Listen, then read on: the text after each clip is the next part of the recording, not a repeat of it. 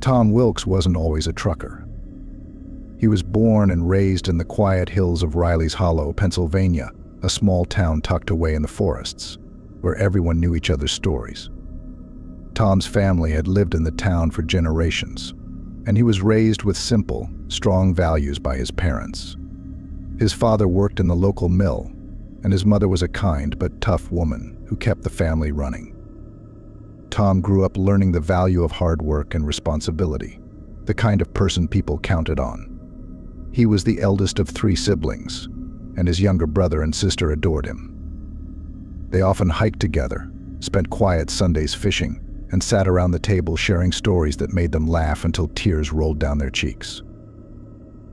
By the time he was in his mid-20s, Tom had married his high school sweetheart, Mary. Mary was his rock, a patient, caring woman who supported him through thick and thin. They built a life together in Riley's Hollow, and it was there that they welcomed their 2 children. Tom adored his kids. He'd spend his weekends taking them to the nearby lakes, teaching them to fish and hike, just as his father had done with him. But as much as he loved his quiet life in the town, he felt a responsibility to provide his family with more. So when he got the opportunity to take up a better-paying trucking job, he accepted it. The job took him on long hauls across isolated highways and empty, winding roads, often late at night. Tom was a pragmatic man, not one to believe in the supernatural. In his mind, strange things happened, but there was always an explanation. Still, he couldn't ignore the rumors from the other truckers. They'd swap stories about eerie roads and strange encounters, and there was one legend they all swore by: the man with the lantern. Supposedly, he was an apparition that haunted a stretch of Route 61 deep in the Pennsylvania mountains, appearing only on foggy nights. Some truckers claimed they'd seen him, others just dismissed it as nonsense.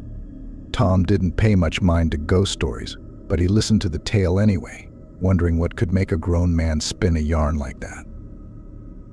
One crisp October night, Tom found himself hauling a load along that very stretch of Route 61. The air was thick with mist that swirled across the road, casting a pale, eerie glow in his headlights. He was tired. It had been a long shift, and he was eager to finish his haul and get home. The clock on his dashboard blinked 2:43 a.m. Around him, the dense trees seemed to close in, their branches reaching over the road like skeletal fingers. For a moment, he felt an unusual chill, the kind that creeps up your spine without explanation. Then, up ahead, he saw a faint, flickering glow hovering above the road. As he drew closer, he could make out a figure, standing still in the fog. The man was holding a lantern, its dim light casting a ghostly shimmer in the mist. Tom's heart began to race, but he tried to shake off his nerves. Maybe it's just someone broken down, he thought. But as he slowed the truck, his headlights illuminated the figure fully, and he realized something was wrong. The man's skin was unnaturally pale, stretched tight over hollow cheeks as if he hadn't seen sunlight in years. He wore clothes that looked outdated, tattered and worn, like they belonged to someone from another time. But it was the eyes that unsettled Tom, the most vacant, glassy eyes that seemed to look right through him. For a moment, he felt as if he was the one being observed, not the other way around. Against his instincts, he brought the truck to a near stop, watching as the figure took a step forward, directly into his path. The man lifted the lantern slowly, raising it until the faint light cast shadows across his face. And then, as Tom stared in disbelief, the man's mouth opened slightly. He couldn't hear it with his ears, but a voice filled his truck, crackling over the radio, a voice that wasn't his own. A chilling whisper that seeped into the air around him turned back. "Don't make the same mistake." Tom's blood ran cold, and for a moment he was frozen in place, unable to think. He reached for the radio, trying to call for help, but only static filled the cabin. He could feel his heart hammering in his chest as he looked up, and just as quickly as he had appeared, the figure was gone. The road ahead was empty, as if the man had never been there at all, as if he'd been swallowed by the fog. Tom took a shaky breath, his hands trembling as he gripped the steering wheel. Without looking back, he pressed down on the accelerator, his truck roaring forward. leaving the spot behind as fast as he could. But the eerie feeling stayed with him, lingering like a shadow in the back of his mind. In the days that followed, Tom's family noticed a change in him. He grew quieter, his gaze distant. He'd sit at the kitchen table with a cup of coffee, staring into space, barely responding to the laughter of his kids or Mary's gentle attempts to comfort him. When asked about what was bothering him, he only shook his head, offering vague reassurances that he was just tired. But the truth weighed on him, a dark, unshakable feeling that he'd seen something no one was meant to see. Within weeks, Tom left his trucking job. His wife and kids didn't understand why, but he didn't need them to. He just knew he couldn't face the road at night anymore. He began avoiding Route 61 entirely, and his family noticed he'd go to great lengths to avoid driving after dark. Only once did he hint at what had happened, telling Mary late one night that he'd seen something on the road that night, something that had taken a piece of him. For the rest of his life, the memory stayed with him. In the quiet of the night, in the darkest hours before dawn, he'd find himself replaying the encounter, haunted by the pale figure with the lantern and the chilling words that echoed in his mind.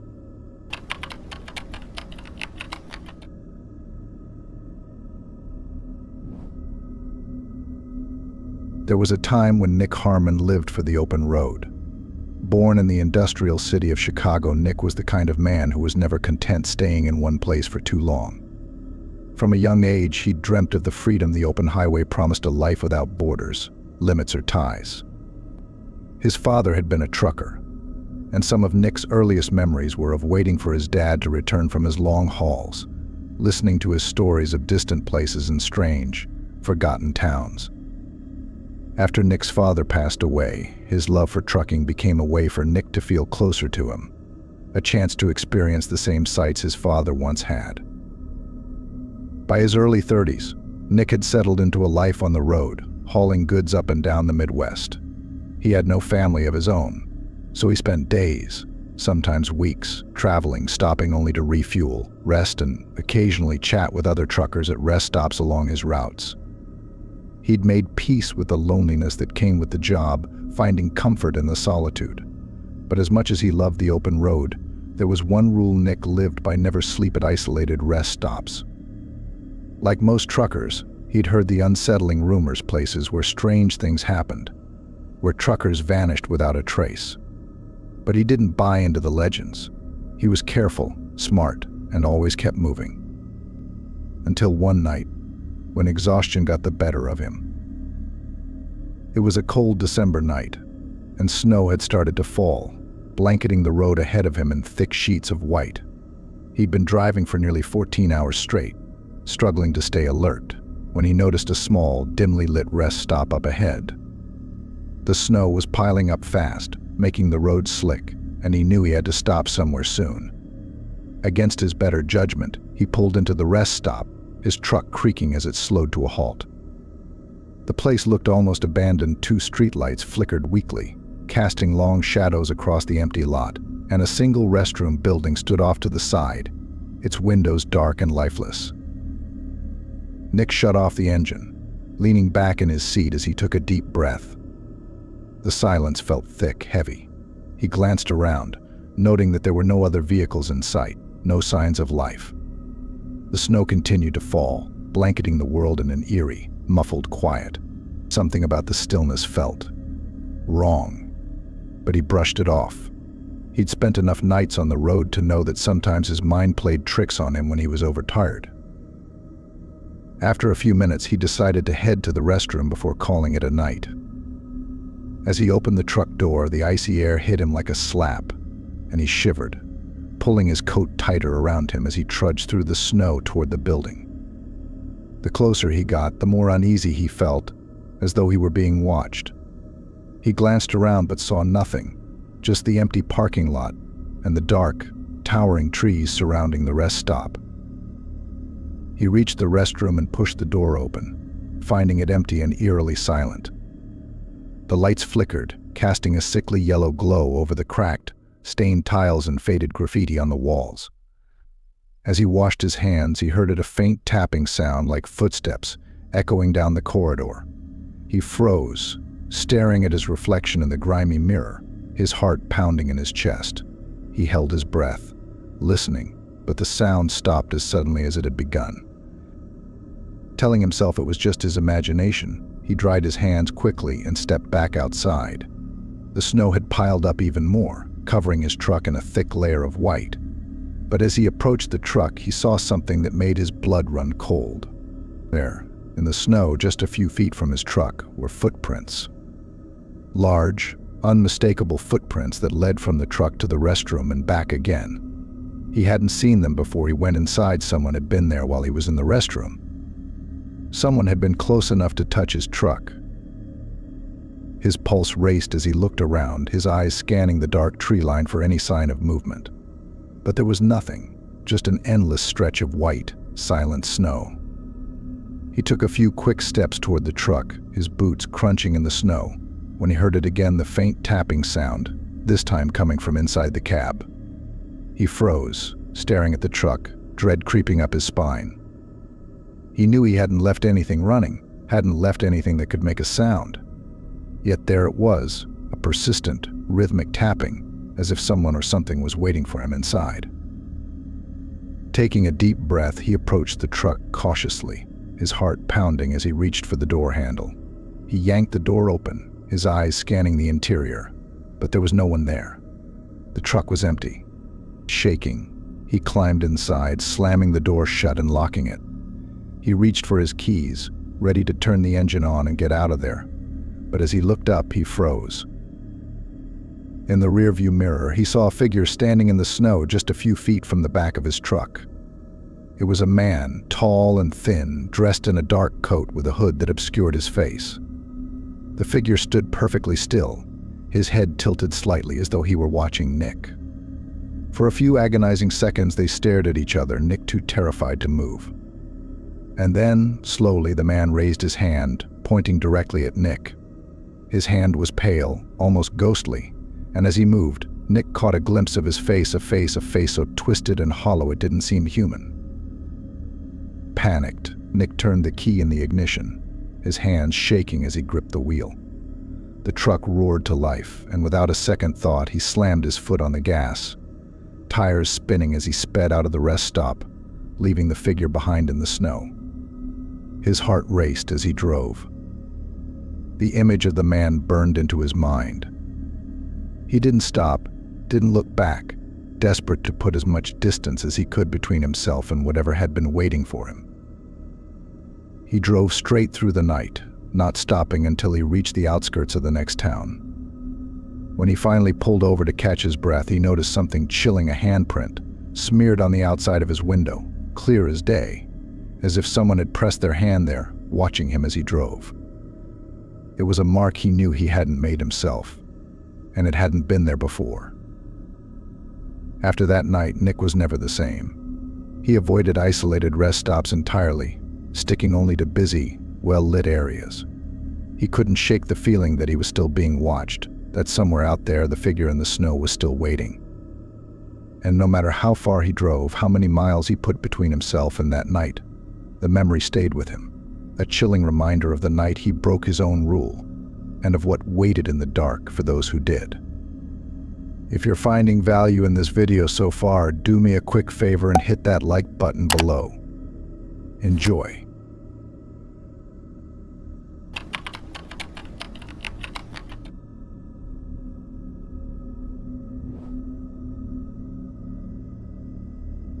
If anyone knew about loneliness on the road, it was Sam Lawson.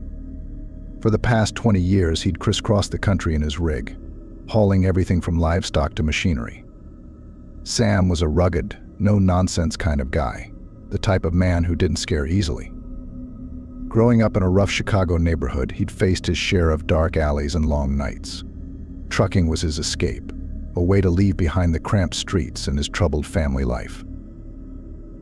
His mother had raised him alone, working 2 jobs to keep him fed and out of trouble, while his father had vanished when Sam was barely old enough to remember him. He'd always had a chip on his shoulder, a kind of rebellious streak that made him fearless, or so he liked to think.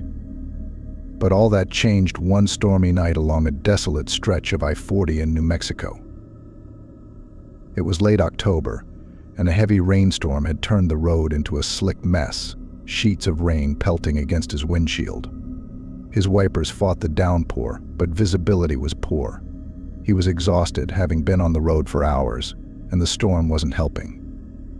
Still, he pushed on, hoping to make it to the next town where he could rest for the night.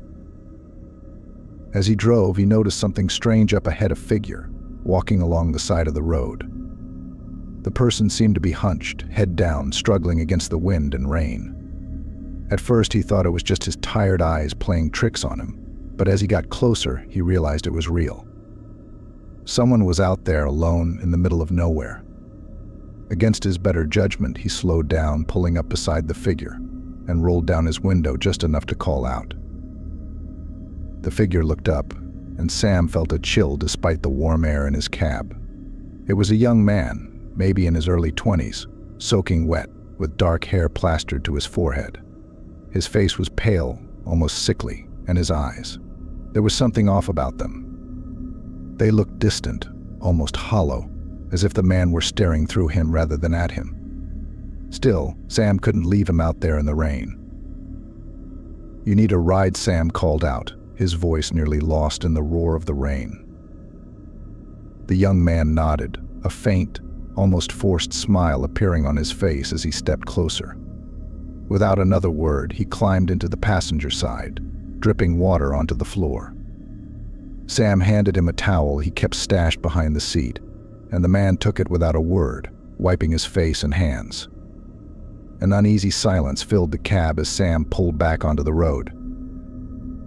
As they drove, Sam tried to make conversation, but the young man was quiet, answering only with short, vague responses.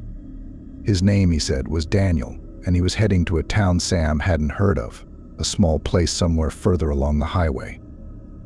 But when Sam pressed for details where he was coming from, why he was out there in the rain, Daniel's answers grew even more evasive. Something about the way he spoke, his voice barely a whisper, sent a shiver down Sam's spine. There was a haunted look in Daniel's eyes, a kind of weariness that didn't seem to match his age. After a few miles, Sam noticed a peculiar smell filling the cab, a faint, musty odor like damp earth.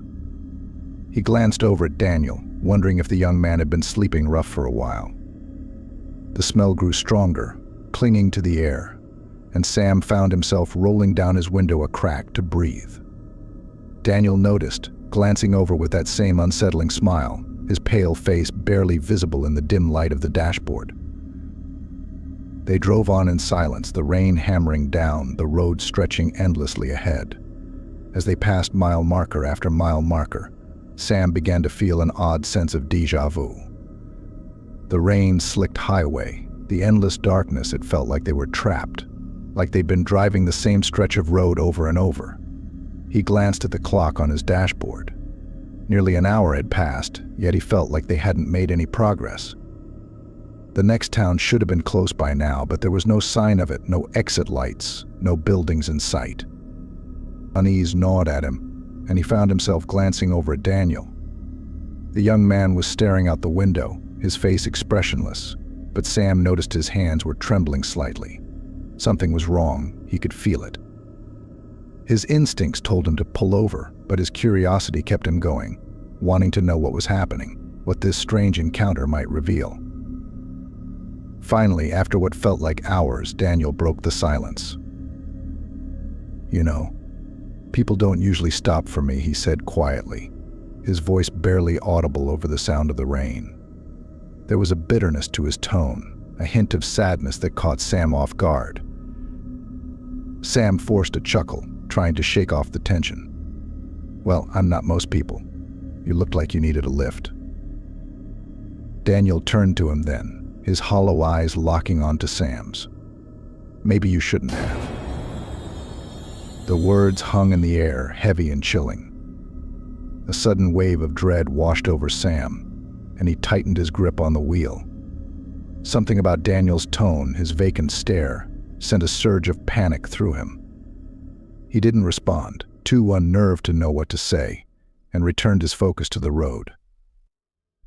That's when he noticed that the landscape outside had changed.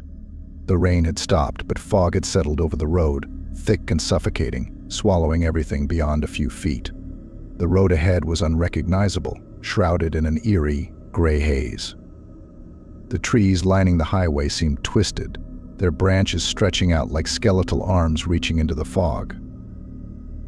And then, as suddenly as the fog had appeared, it cleared, revealing a sign on the side of the road. Sam's blood ran cold as he read it, "Welcome to Hillcrest Cemetery." Confused, he glanced around, realizing they were no longer on the highway. Somehow they had veered onto a narrow road leading into an old, overgrown cemetery. Panic seized him, and he looked over at Daniel, only to find the passenger seat empty. The towel he had given the young man lay crumpled on the seat, damp with rainwater, but Daniel was gone. Heart pounding, Sam slammed on the brakes, bringing the truck to a halt. He climbed out, shouting Daniel's name, his voice echoing into the silent night. But there was no answer. He searched around the truck, but there were no footprints in the damp grass, no sign that anyone had been there at all. It was as if Daniel had vanished into thin air. He stood there for a moment, trying to make sense of what had happened, when he noticed something odd on the ground by the passenger side of the truck. Bending down, he saw a small, water-stained newspaper clipping. He picked it up, his hands shaking as he read the headline, "Local man dies in tragic accident on I-40, hitchhiker struck by passing vehicle." The date was from 5 years ago, and the photograph below the headline, it was Daniel, pale, solemn, with those same hollow eyes. Sam stumbled back, dropping the clipping, his heart racing. He climbed into his truck, hands shaking as he gripped the wheel, desperate to get away. He sped down the narrow road, his mind reeling, but no matter how fast he drove, he couldn't shake the feeling that he was being watched, that somehow Daniel was still there, lingering in the fog. After that night, Sam avoided I-40. He never picked up another hitchhiker and never spoke of what happened at Hillcrest Cemetery. But every now and then on a dark, rainy night, he'd catch a glimpse of a figure standing by the side of the road, a young man with dark hair and hollow eyes, watching him pass, waiting for someone else brave enough or foolish enough to stop. If you haven't already, consider subscribing to our channel for more content like this. Your support helps us keep creating awesome content for you.